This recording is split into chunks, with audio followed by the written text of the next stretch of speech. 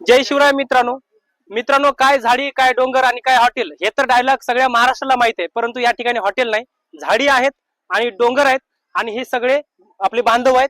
मराठा आरक्षणामध्ये वेगवेगळ्या कार्यामध्ये काम करणारे आपले मित्रमंडळी आहेत.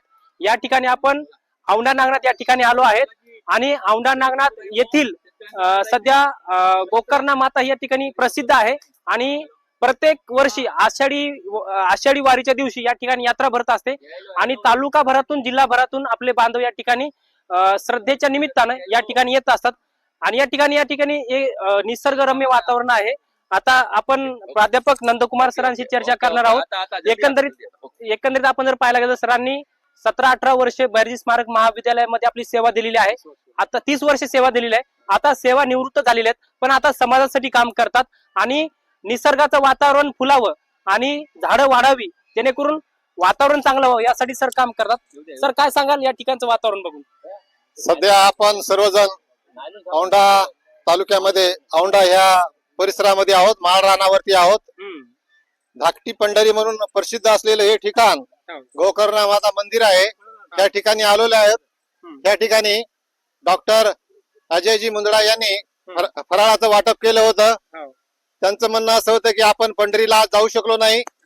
त्यांचे कार्यकर्ते वगैरे इथे आले आणि त्यांचा जो मनमुराद इच्छा होती चांगल्या प्रकारे त्यांनी फराळ पाणी वाटप केलेलं आहे.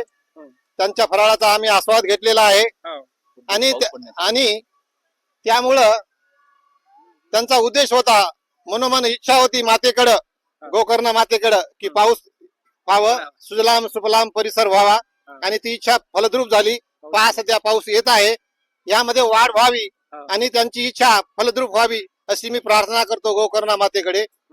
त्यांची आणखी एक इच्छा आहे, हा शक्तीपीठ आहे तो रद्द झाला पाहिजे. आता आपण महाराणावरती आहोत, खूप झाडी आहे, वनराई आहे, इथे डोंगर आहेत, पशु पक्षी वनचर प्राणी जलचर प्राणी आहेत, आजूबाजूला काही तळी सुद्धा आहेत. पाऊस पडला तर त्यामध्ये पाणी येईल, ते चांगल्या आनंदाने राहू शकतील. जर इथून शक्तीपीठ गेला तर या महाराणाचं अस्तित्व राहणार नाही. निसर्गाला तडा जाईल, निसर्गाचा असमतोल निर्माण होईल आणि पुढे सुपीक जमीन आहे शेतकऱ्यांची आणि म्हणून त्यांची इच्छा आहे, आपल्या सर्वांची इच्छा आहे की हा नको असलेला शक्तीपीठ आम्हाला गरज नाही.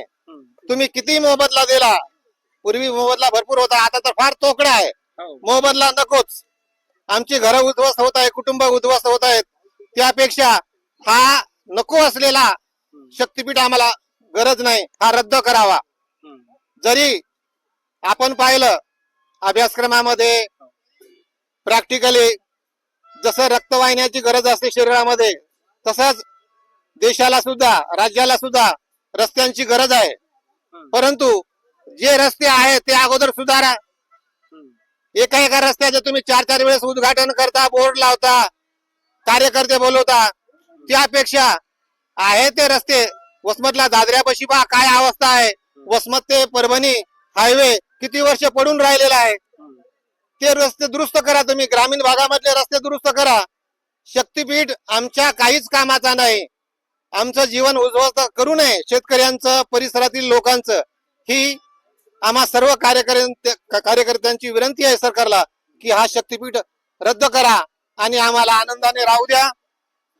निसर्गामध्ये काही पशु पक्षी आहेत, वनचर प्राणी आहेत, त्यांनाही राहू द्या आणि त्यांचंही घर नष्ट करू नका. आणि आमची शेतीबाडी आहे, मुलं बाळ शिकणार आहेत, शेतकऱ्यांची बळीराजा नाव मोठं देता आणि त्याचा बळी देता, हे योग्य नाही. याचा धडा तुम्हाला योग्य त्यावेळी जनता देईलच, परंतु त्यांच्या शेतावरती, त्यांच्या कुटुंबावरती, त्यांच्या घरावरती नांगर फिरवण्याचं कार्य करू नये ही सरकारला विनंती आहे. नक्कीच या निसर्गरम्य वातावरणामध्ये आहोत आणि या ठिकाणी फराळाचं वाटप देखील झालेलं आहे, पाऊस देखील सुद्धा आलेला आहे आणि मोठ्या प्रमाणामध्ये वातावरण चांगलेलं आहे. त्यामुळे सरकारने हे सर्ग लक्षात घेता हे रस्ते करू नये आणि निसर्गरम्य वातावरण तोडू नये अशीच विनंती आहे. धन्यवाद.